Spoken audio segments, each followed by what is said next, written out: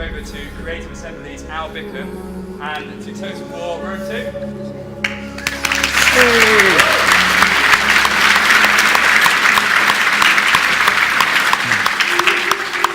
Afternoon, everybody. Thank you all for coming. Absolutely thrilling day for us today because while we went to E3 the other week, this is the first time we've shown live campaign map code, campaign gameplay code to anybody. So you're the first people in the world to see it live.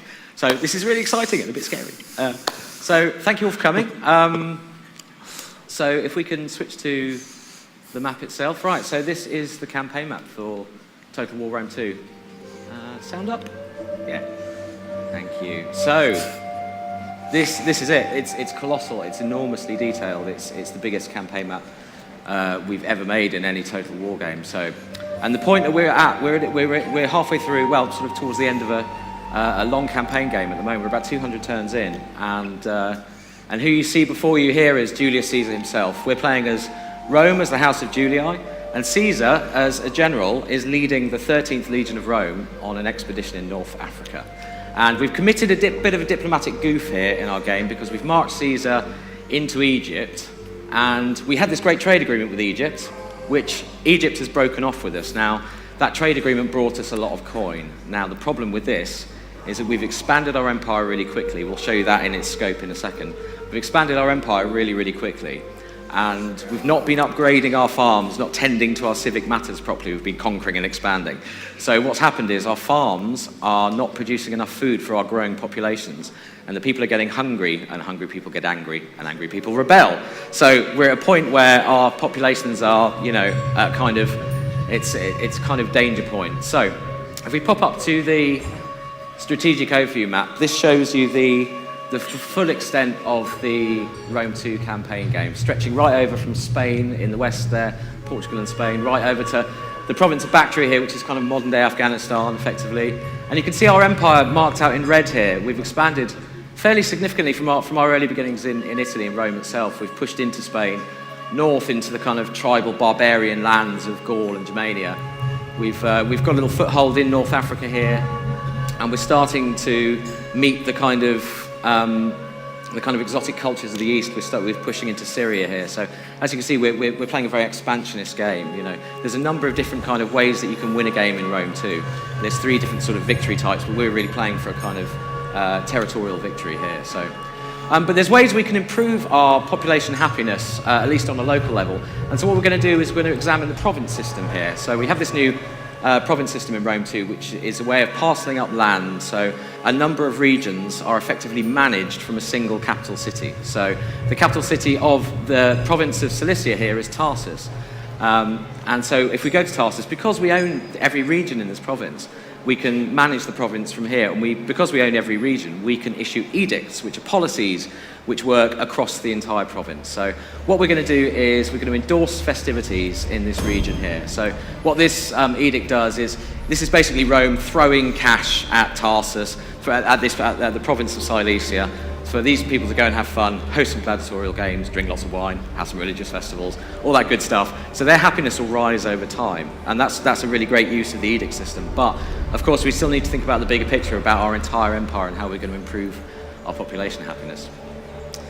So if we jump back to Alexandria, oh no, sorry, it's politics next, isn't it? So the political system is a representation. So this is one of our new systems in Rome 2, and it's a representation of the internal power struggle of your faction. So while we still have diplomacy, you dealing with other factions as well, politics sees you dealing with the political entities that make up your faction. So we're the ruling house in Rome, we're the House of Julia. But we've got to contend with the House of Cornelia and Junior as well, who have their own objectives, they have their own desires. So now you'll see the House leader here and all the generals and senators underneath him. Now, they all contribute their ambition and gravitas ratings to build up a pool of a resource that we call political capital, represented by the sliders on the side here. And as that builds up, you can expend it on certain political actions between you and the other houses. So, for example, we might choose to marry off a daughter to one of the other houses to balance the power between the two houses, because, you know, it could be the case that our expansion has raised our power, our political capital, really high, and these other guys are, starting to paint targets on our backs. We're risking a civil war if we get too powerful too early. So, we may want to balance the power by doing that. So there's a number of different options you've got with dealing with the families and pushing the power between the families and keeping things balanced, or making a play to control everything yourself. So, but you can also spend your political capital on dealing with subjects who appear in this panel here. These are kind of characters of interest who appear over time in your empire, and they're a mixture of kind of real historical characters taken from history and sort of flavour characters we've made ourselves. So Marcus Tullius Cicero here, rabid anti-Caesarite. He's been railing against us in the Senate and lowering our political capital. So we've got a number of ways of dealing with him. We could support him, really bad idea because he's not working in our favour. We could attempt to extort cash, which isn't really relevant here, but maybe a famous trader comes into town, he's very rich, and maybe you want to get some cash out of him. We can attempt to discredit him, but we're playing the ruthless Romans, so we're going to go ahead and assassinate him, or attempt to. Right, so the assassins found their mark. They've killed Cicero. He's no more. He's no longer a threat to our political career. However, if for whatever reason that assassination had not been successful, then Cicero may have redoubled his efforts against us in the Senate. So we'd have to find a new way of dealing with him. So what we're going to do now is jump back to Alexandria and take a bit of a closer look at the campaign map itself and some of the features. So you can see there's a lot of detail here. There's a lot of flora and fauna. You can see the camels here. We've got elephants over here, trade routes, and this isn't all just eye candy. These camels and elephants, for example, give you a hint to the kind of exotic battlefield units you'll be able to recruit if you own that province, or whether you might be hiring mercenaries there. So likewise, we've got the great wonders of the ancient world. There's two represented here. We've got the lighthouse at Alexandria. We've got the great pyramids of Giza. And again, these are functional working parts of the map. So if you own a province with a great wonder or two great wonders in it, then these will confer local and global bonuses. They'll buff your empire in some way. So the pyramids, for example, give you a kind of drip feed income, because believe it or not, even back then they were a popular tourist destination for wealthy Roman visitors. And they owning them also increases your ability to build stuff, your construction ability. And talking of construction, we're going to hop over to Antioch in Syria and show you how we can evolve the campaign map, the look of the campaign map through the way we play. So Craig's just built a new building slot in the city here. You can see that transformation happening, which gives us literally gives us more space. We've expanded the city, so we can now build a shrine to Mars, which is a great shrine to build because it instills any units recruited there with the fervour of the war god, so they'll come out with a greater morale. But as we play, these cities will expand. The campaign map starts to change according to the impact you have on it. You can see sort of shanty towns and urban sprawl beginning outside the city here. And that city, could grow 3 or 4 times the size it is at the moment if we keep expanding it and investing in it. And if we slide over to Germania in Northern Europe, we're going to show you a different bit of landscape, a different culture, and some more examples of this landscape change. So as you can see, this is a very agriculturally focused city. We've got a big farm complex beginning here. If you see you can see all the woodlands around the edge. This is these will start getting cut down as that city expands and those resources start to get consumed. And you can feel the difference here. It's windy, it's cold. We'll have wolves howling in the woods and things. This kind of gives you a hint of how much of a different experience you'll get if you play as one of the barbarian cultures, for example. These are the Swabi, one of our Germanic tribes. So if we have a closer look at the city itself, you can see the architecture is very different. It's more about sort of huts and longhouses and standing stones rather than sort of pillars and columns and marble of a Greco-Roman culture in the Mediterranean. It's a very, very different look and feel, and it's very, very different to play one of these factions. So we're going to jump back down to Alexandria again, and we're going to attempt one last diplomatic parley with the Egyptians, see if we can get, a trade agreement back in place and bring that income back into our empire. So now if we open the diplomacy panel, what Craig's hovering over here is a new feature of diplomacy. This is the relations panel, and this is our way of offering much greater transparency over the AI's decision-making to the player. So what you're seeing here is literally a historical list of our actions that we've performed as a player in this playthrough, by which this particular factional AI is judging us. So, for example, we've committed war atrocities against Macedon. We've marched into Macedon, smashed up its cities, taken slaves to bolster our own economy. The Egyptians quite like that. They don't like the Macedonians, so that's great. However, we have trespassed on territory. We've entered Egypt under arms, with a massive army. So that's a huge negative modifier there. On balance, they're unfriendly towards us, and quite understandably, it was really our fault. But factional AI can also play factional AI personality can also play a part. Some faction AI is more amenable to diplomacy. We'll look for more peaceful measures to resolving a situation, while some are, of course, more aggressive or expansionist. So there's a number of different sort of personality types. So we're going to hope they're diplomatic in nature. So we're going to go in and attempt to get a trade agreement on the table. Be well, friend of Egypt, and speak of your concerns to my Pharaoh's humble representative. Right, so we're going to throw a trade agreement down. We're also going to offer to make a client state of Egypt, which isn't, the pure servitude you might imagine it would be. All right, they pay us an annual tithe in gold, but this also means that they can call on the might of the Roman army at any time, and we are honor bound to honour that. So, they can still carry on expanding and playing their empire game, but it gives them protection, and we know that they're at war with a number of people. So, let's give it a go. Pharaoh's ears, may blessings fall on him with this proposal. Consider your words rejected. So a very polite no from the Egyptians there. Okay, we're going to just assume diplomacy's failed now. So this is a total war game. So there may be another way to resolve this situation and unlock all that gold in Egypt. So let's take a closer look at Caesar and the 13th Legion. So armies have really changed in Rome too. If we have a look at the army management panel here, so armies themselves, while we still have individual unit veterancy as warriors fight, they gain experience, the army as a whole gains experience as well, and it ranks up. There's up to 10 ranks each army can get. As it ranks up, you can issue it with a tradition. Now, this is an ongoing buff to some aspect of the army's ability to fight. So, for example, we've got engineering experts and indomitable legionaries here, which is a good buff to heavy infantry, which is great for Romans because they're all about the heavy infantry. So, and you can build these up over time, or you could just pick a couple and you can upgrade them up to 3 times as well. And doing that, you can either build an army that's generally better at lots of things, or is really focused to doing one thing really well. We could issue siegecraft specific traditions here, for example, and really level them up and turn this army into our kind of principal city smasher, which is on the forefront of our expanding empire, So you can really specialize. You can see the history here. You'll get a history of its sort of battles won and lost and what it's been doing. We can change the emblem, which will, be reflected on the model there.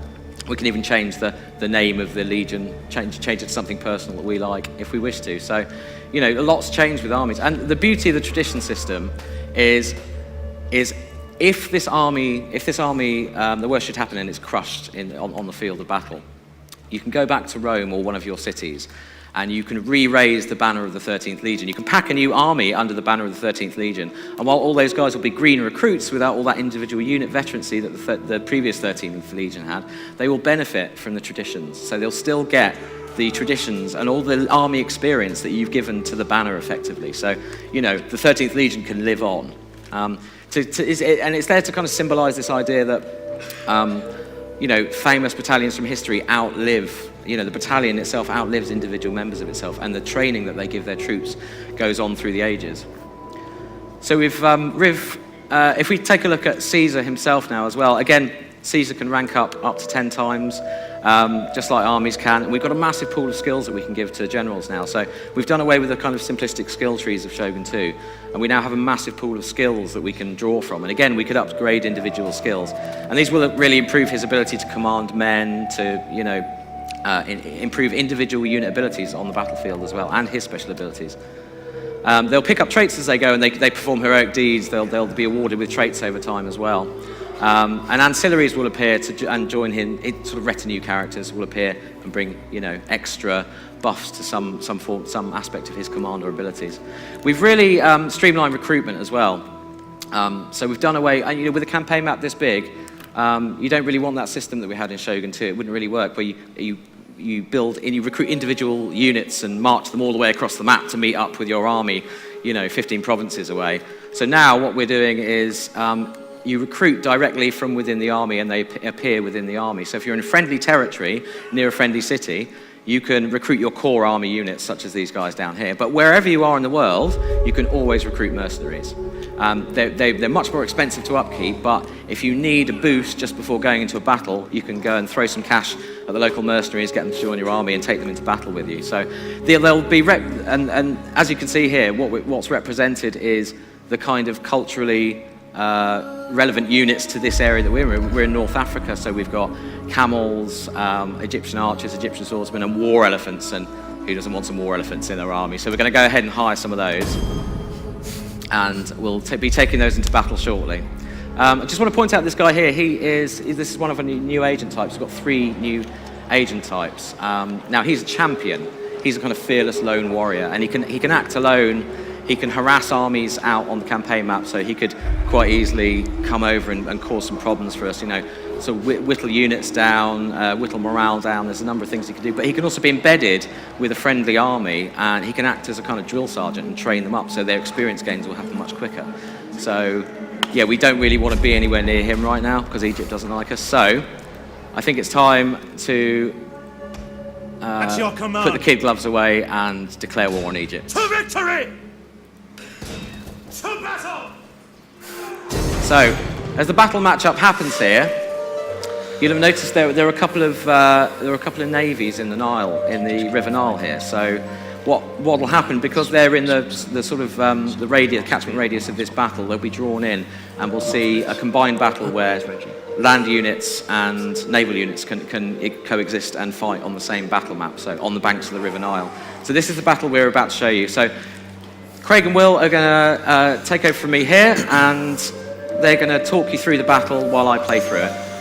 Okay, so Al is going to load up the battle for us now. Okay. Hello, Birmingham. Hey, Birmingham! Yeah, come on. That's incredibly polite. Hello, Birmingham! Yeah. This is the closest we're going to get to doing Rally Point live, so I'm a little bit excited about this. Okay, so what Al's going to show you right now is the Battle of the Nile, which is basically, he's going to play as Egypt. So he's controlling this big old hill.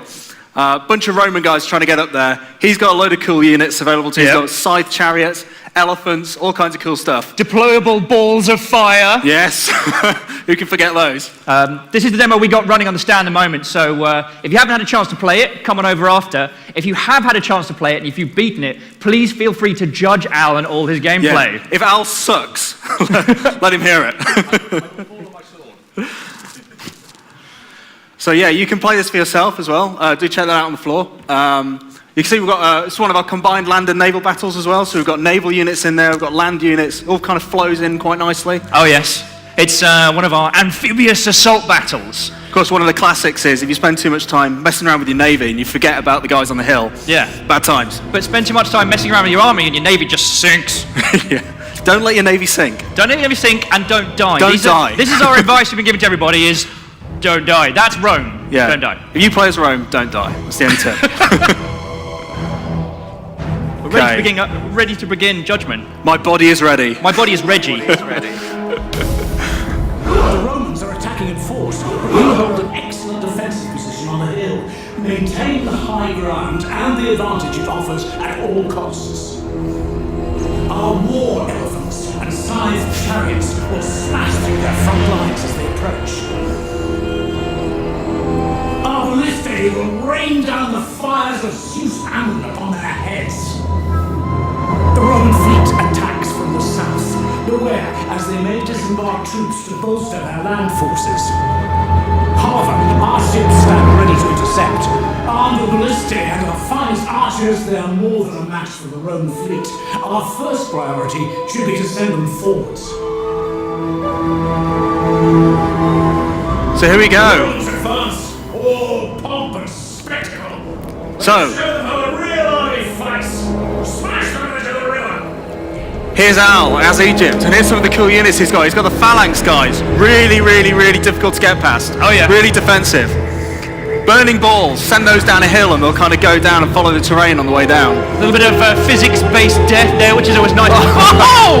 Nice. Wow! Off the bat. Straight off the bat. Jeez. Massive ballista strike. Nice. Could at least let him get halfway up the hill. Right, naval. Let's do it. Let's do it. Okay, so Al's got to basically deal with this Roman fleet, because if these guys get around the back and disembark their guys onto the land, that's going to cause him all kinds of problems. Al's going to suffer a horrible pincer attack on the top of the hill. Horrible pincers are never good. Never good. What's super cool about the naval units this time round is that these are all land units waiting to disembark.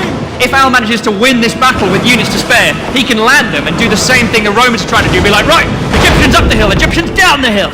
And he's just actually rammed one of the Roman ships there, so that's a viable tactic these days. Big old ship on a little ship, just get in there and ram it. Jesus. So while the naval battle rages, the Romans try and make their way up the hill. They're trying to go up the hill. Now, the Romans are actually playing quite well here. They're sticking together in formation. They're grouping. You can also set these guys to a looser formation, which will make any ballistae strikes that come down on them a little bit less impactful. Spreading them out nicely across the hill makes them much harder to hit with artillery, so hopefully death for them will be at a bare minimum. So Al, how are you going to deal with these guys? Ballistae. Oh! Jeez! Yeah, they're pretty good, those ballistae. You know, a few of those guys are making it up. It wasn't all chaos. I assume having a guy in plate mail fall on you probably knocks you over. I can see a cheeky flank going on here. A cheeky flank. That's the worst kind of flank. It's the best kind of flank. Unleash the balls, Al. See if I actually hit anyone. The balls are off. And they're going nowhere, Al. Al! What are you doing? The balls have misfired. So you can select these and then right click on them and it will basically... Oh no! No! Ow! Oh! Oh man. But they are picking up speed. These should hit nicely. Of course. Yes. Of course, history is written by the victor, so if we do win this, we'll just write that bit out. Yeah, those guys died valiantly doing something amazing. But they still got enough morale. They haven't routed, so we can run them down the hill. Go on. Al has got his chariots out. Chariots downhill with scythe. They got blades on the side of them. So this is unit cam. If you hit insert when you're playing this, you go right down into a unit cam. And you can see what it's like to ride a chariot into a bunch of guys. Oh! Jeez!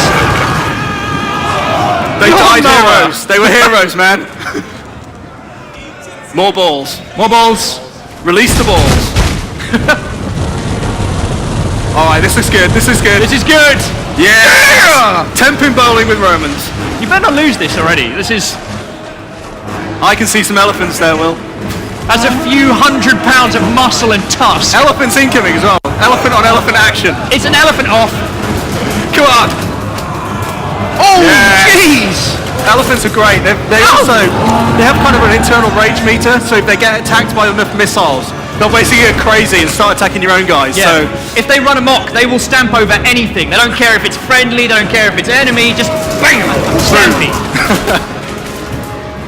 these phalanxes really, really good defensively, unless an elephant Let's comes get through like moved! that. Now what's going on?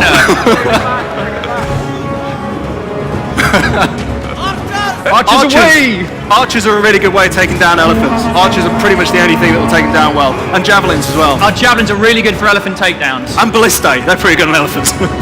Ballistae are good for everything except for, I don't know, moving.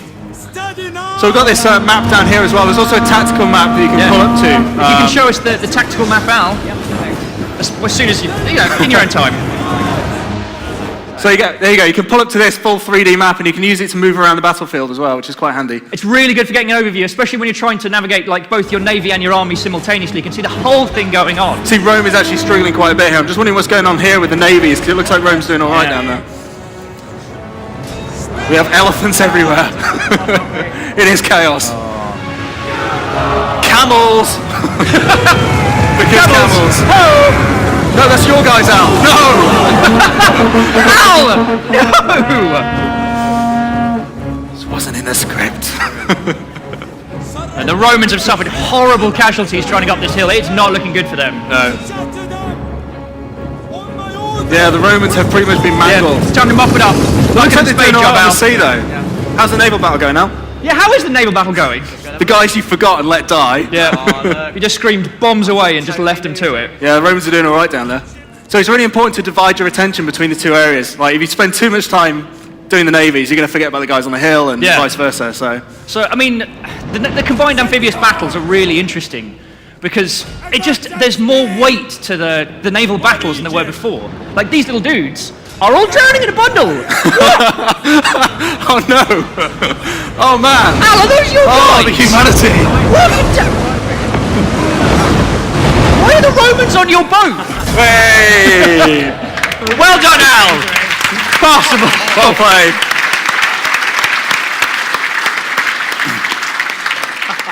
Well, almost a defeat plucked from the jaws of victory there. Very close.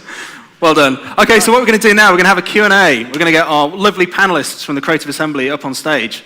We're going to take some questions from the show floor. So we have an assortment of chairs coming out right now. This is the excitement right here. We're going to get stuck in and bring some chairs out. Oh, we all go for chairs. Is that too many chairs? Have I overchaired? Creative Assembly devs. Okay, so we have. Big round of applause, guys. There's the Creative Assembly. I haven't got my microphone turned. So, my beautiful colleagues here. We have Pavel Voice, the lead battlefield artist on Rome 2. We have Gwen Raymond, Battle AI programmer on Rome 2. And Whitwa Ike, graphics programmer on Rome 2. And Al Bickham, studio communications manager. Big round of applause. Okay, so we're going to start taking questions from the floor, I think. So, let's go over here somewhere first. Who have we got? Question up there? Do you think there'll ever come a point in the Total War series where you say, screw making the graphics better and just having like an insanely bigger scale? He's a graphics programmer. Sorry. How could you? Okay, who wants that one? All right. Okay. So I got mine. Making Total War is not just like, we try to bring the best experience on every aspect of visual quality. So you can't actually like go one way or another. It's about consistent. We craft our engine specifically for this game to bring the best experience for this battlefield and campaign to all of our audience. And also, there's my mic on. Hello. Can you hear me? Oh. It's also it's kind of. We had a wardrobe malfunction, ladies and technical gentlemen. difficulties. It's kind of a balance, right? I mean, massive scale also has, massive design challenges that come with it. So it has to be achievable. We have to be able to manage it. So the graphics, we push the graphics, but we also push the scale. We always try and go bigger. But there's only so far you can go before it becomes a massive challenge. And I think we already challenge each other quite a lot. So I would add to that as well, like the player's attention is a resource in the game, right? And there's only so much of it to go around. The bigger you create those battles, the more unwieldy they become, to the point where I think you'd almost make it if you had battles 10 times as large as we had now, it'd almost become turn-based because you'd be pressing pause. Yeah, it'd be a different game. Lining everything up. Yeah, it'd be a different game. It wouldn't be the game that we make. So. Okay, can we take a question from this side of the room, please? We've got one right over here. Oh, we've got one there as well. Let's go there. Sorry, hang on. Sorry, we've got a mic over there. Sorry. Out of all the Total War games, which one is the most successful in terms of revenue, and why do you think that is? I'm not sure that's a question for us. I'd have to direct you to our PR manager. Yeah, she's hiding somewhere. Yeah. They've all been pretty good, pretty successful. So, yeah, we keep making Total War games and we keep making them bigger and better. So obviously something's working for us, right? Should we go back over here? Because there's a guy here who was going to ask a question. Sorry, there's a mic. It's just coming around. Very enthusiastic, I like it. Are you going to have campaign multiplayer? And if so, how many players is it going to go up to? So we've got 2-player campaign multiplayer. Just 2 players. So it's head-to-head and cooperative as well. Yeah, so it's just the player is another faction. The second player is another faction of the game. So you can ally with them, or you can go to war with them, or whatever. So, but yeah, we've got 2-player. Okay, can we take one from over here, please? Hi. Hey. As an ancient historian, particularly one interested in military history, I suppose I was always a bit frustrated in Rome 1 where you would often find the AI using odd tactics. It wasn't necessarily fighting as a Roman legion or an Alexandrian-style phalanx. They kind of did their own thing. Will we sort of see them using more appropriate battle tactics, I guess? Sounds like one for you, Gwen. Oh, Christ. Well, obviously, so the AI has been evolving the entire time since there. So there are obviously new tactics. The idea of writing bespoke tactics for a particular faction is actually interesting because it's not necessarily the direction you want to go just from an AI perspective. The idea you really want to do is to make it emergent so that your tactics are based on what units are available to you, right? So it's not that, oh, I'm Rome, I should fight this way. If you are building Rome as Rome was, then those units that you have should encourage the AI to use a particular tactic that was effective, which is why the Romans used it. So it's all about developing a generic system more than trying to make bespoke, spending a lot of time making lots and lots and lots of bespoke tactics.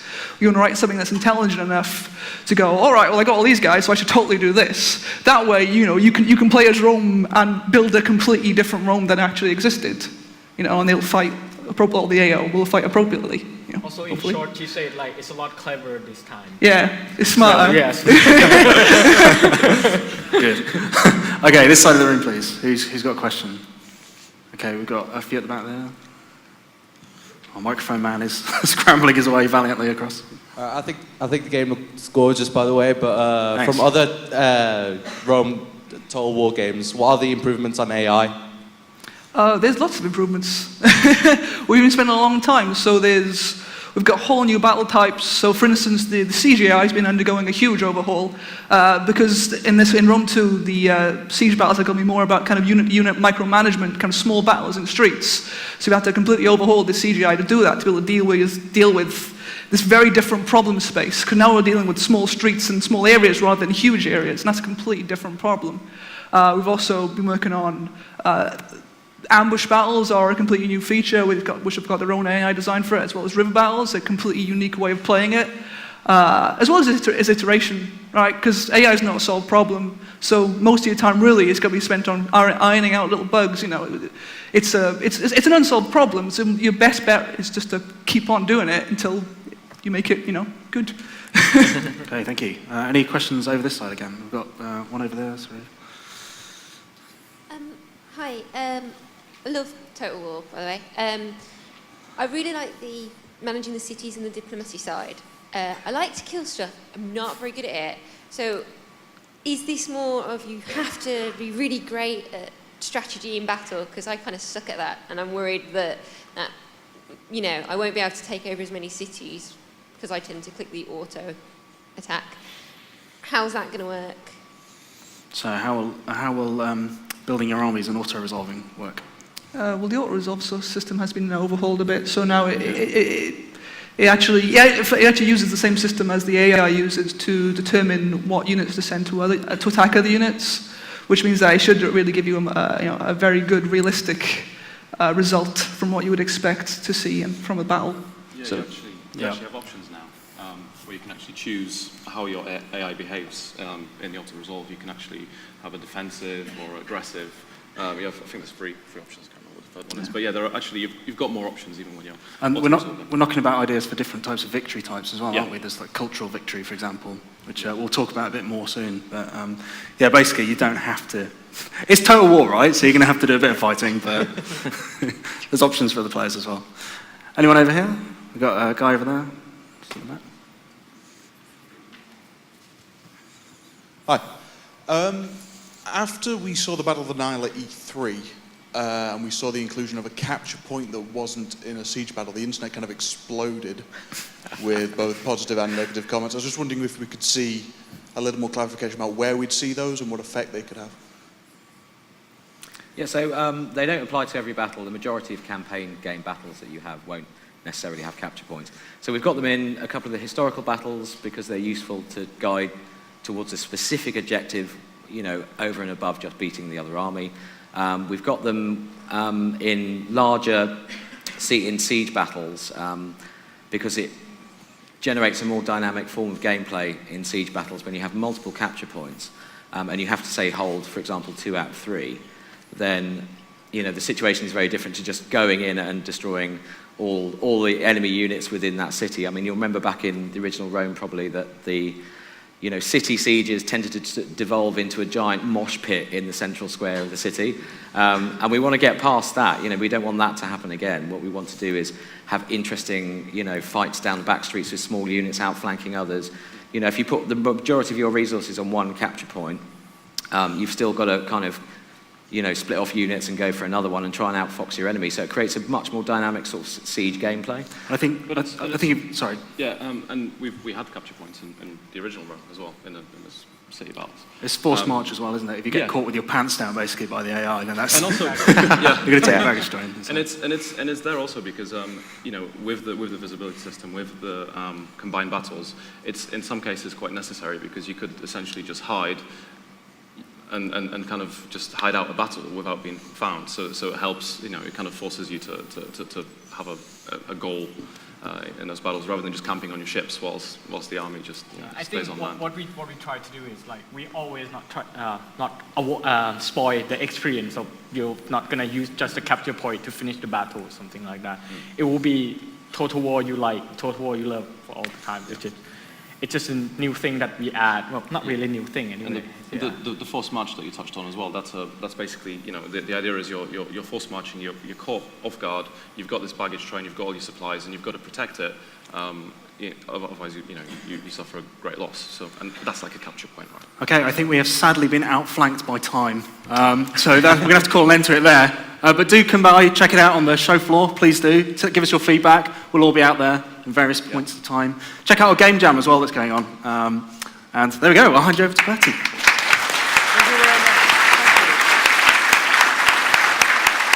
So thank you very much, everyone. That was the amazing Total War Rome 2, which of course you could play, as Craig mentioned, and go and play, see if you can do better than Al. Join us at 2 p.m. for a look back at Frozen Synapse, and I look forward to Frozen End Zone, if you fancy that. But otherwise, yeah, thank you very much, and enjoy the rest of your day.